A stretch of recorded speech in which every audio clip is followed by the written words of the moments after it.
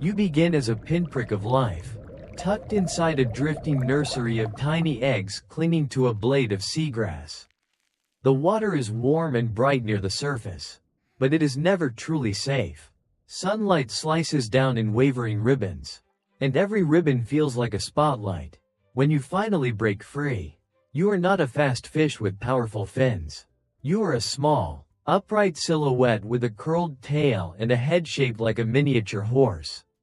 And you learn immediately what that shape means. You are built for hiding, not for fleeing. You are small enough to be mistaken for a morsel by almost anything with a mouth.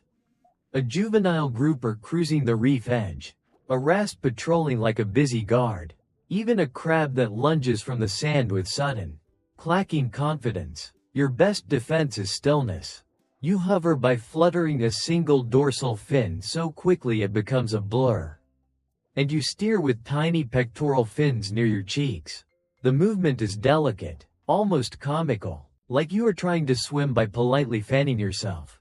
If you panic, you lose. If you freeze well, you vanish. Your world is texture. Seagrass blades rasp your belly as currents comb through them. Algae coats the rocks in a soft, slippery film. Coral heads rise like knuckled castles, full of cracks that whisper with shrimp clicks. Sand puffs into tan smoke when a ray settles nearby. You anchor yourself by curling your tail around anything that will hold. A twig of dead coral, a strand of kelp, the wiry stem of a sea fan. When the water surges, you ride it like a leaf that decided not to fall. Eating is not a chase. You do not bite or tear. You aim. Your long snout is a narrow tube. And you hunt by being patient until prey drifts close enough to become a mistake. A copod flickers in the water like a living comma. A small mysid shrimp hesitates near a shadow. You snap your head, create a sudden suction, and the prey is gone. No drama, no struggle, just a quick gulp that feels like stealing something the ocean forgot to guard. You eat constantly because you burn energy simply staying upright. And because missing meals is the kind of problem that becomes permanent very quickly. Camouflage becomes your religion. Your skin can shift shade, and small filaments can make you look like the algae you cling to.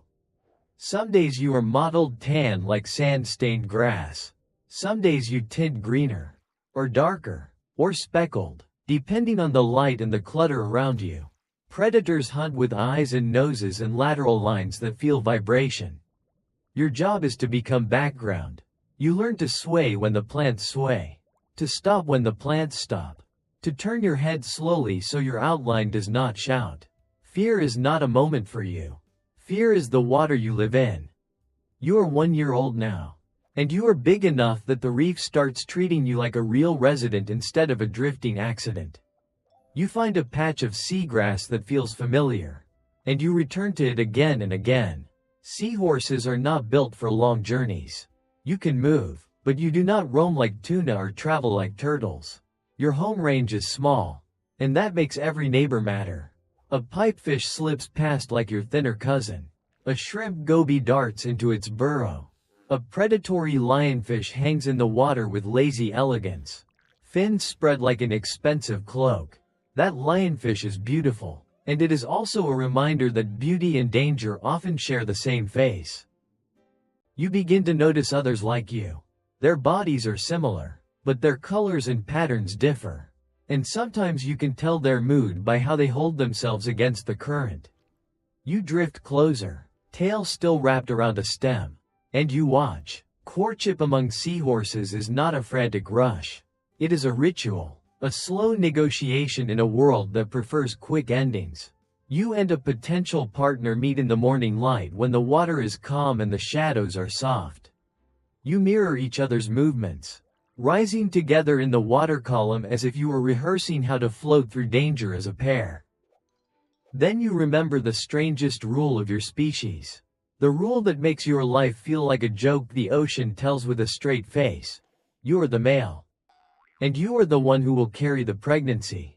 In most animals, you would be the one who leaves after mating, proud and unburdened. In your world, you are the nursery. You are the stroller. You are the floating maternity ward that cannot run. Your brood pouch develops like a secret pocket on your belly. And it is not just a bag. Inside, your body can regulate salt and oxygen, protect embryos from the outside water, and keep them alive. It is an organ built for responsibility. You do not get applause for it. You get heavier, slower, and more noticeable. You meet a female who chooses you. And for a moment that choice feels like winning something in a harsh place. She is larger, her belly round with eggs, her skin shimmering in the clear daylight. The two of you perform the daily dance again, and the dance becomes a bond. You rise together, you twist, you press close, and you align as if the ocean itself is guiding you into position.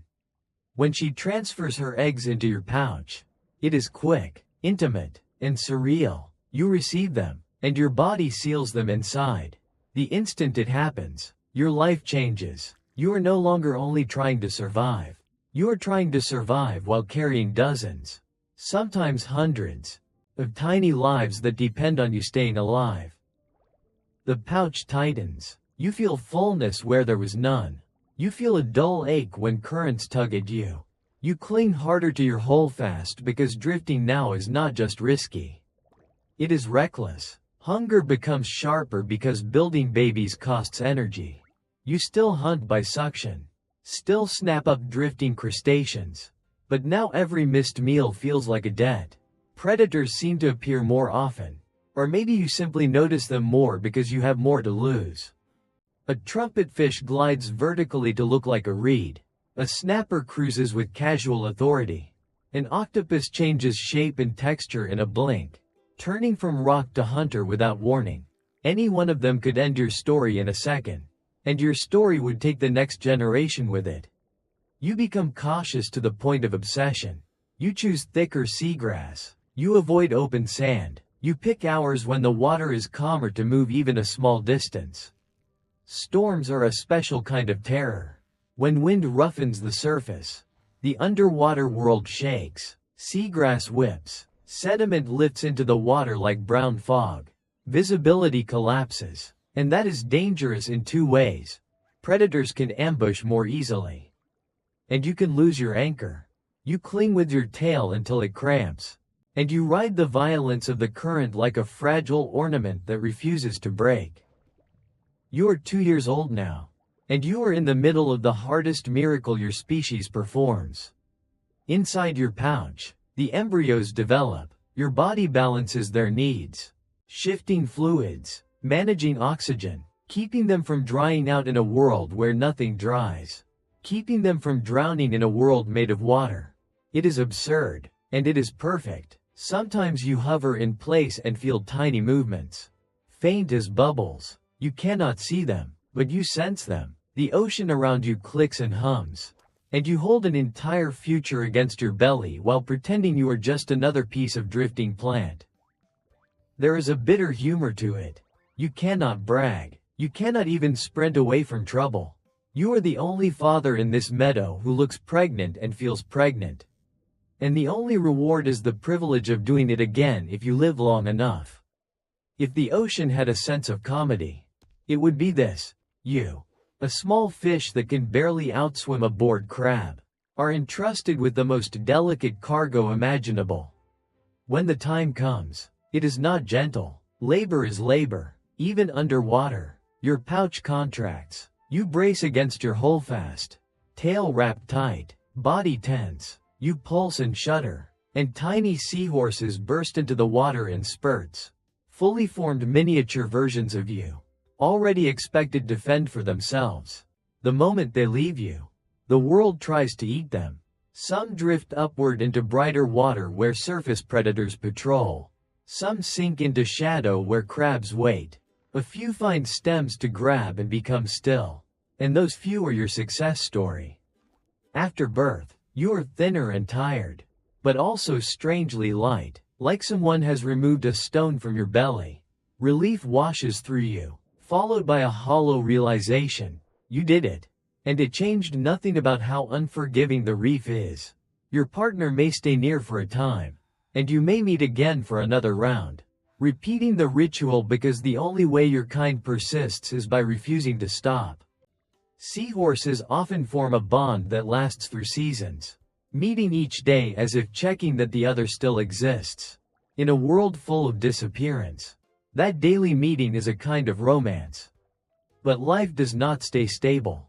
Seagrass beds can thin, a storm can rip plants out by the roots, water can grow cloudier, and algae can smother the stems you rely on.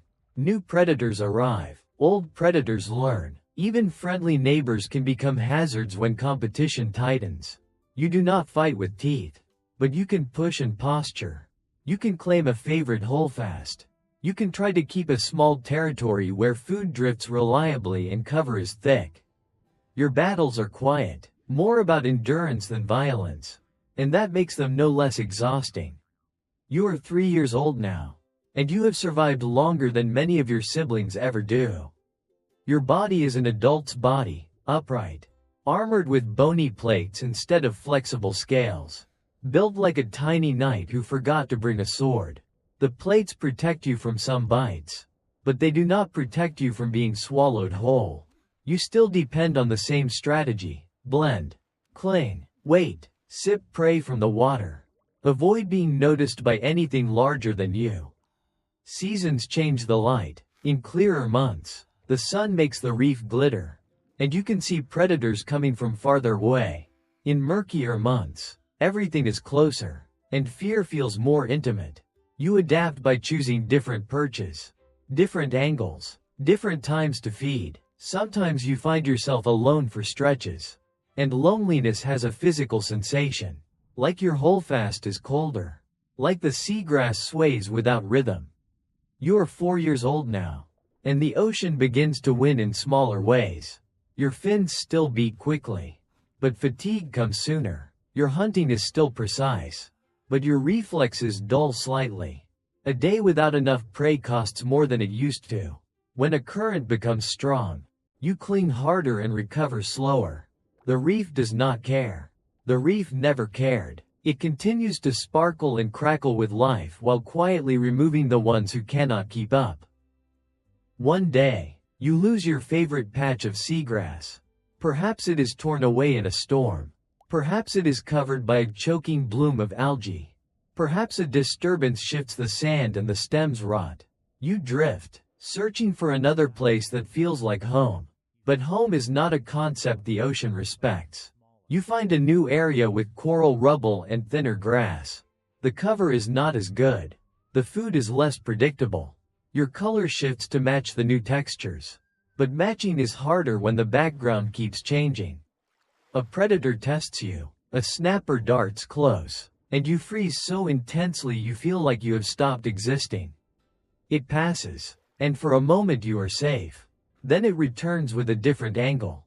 Smarter this time, you cling and sway and become shadow again. And you survive. But the encounter leaves a mark you cannot see. You realize you are running out of extra luck. You are 5 years old now, and you have done what your body is built to do. You have carried pregnancies. You have released newborns into a world that immediately tries to erase them.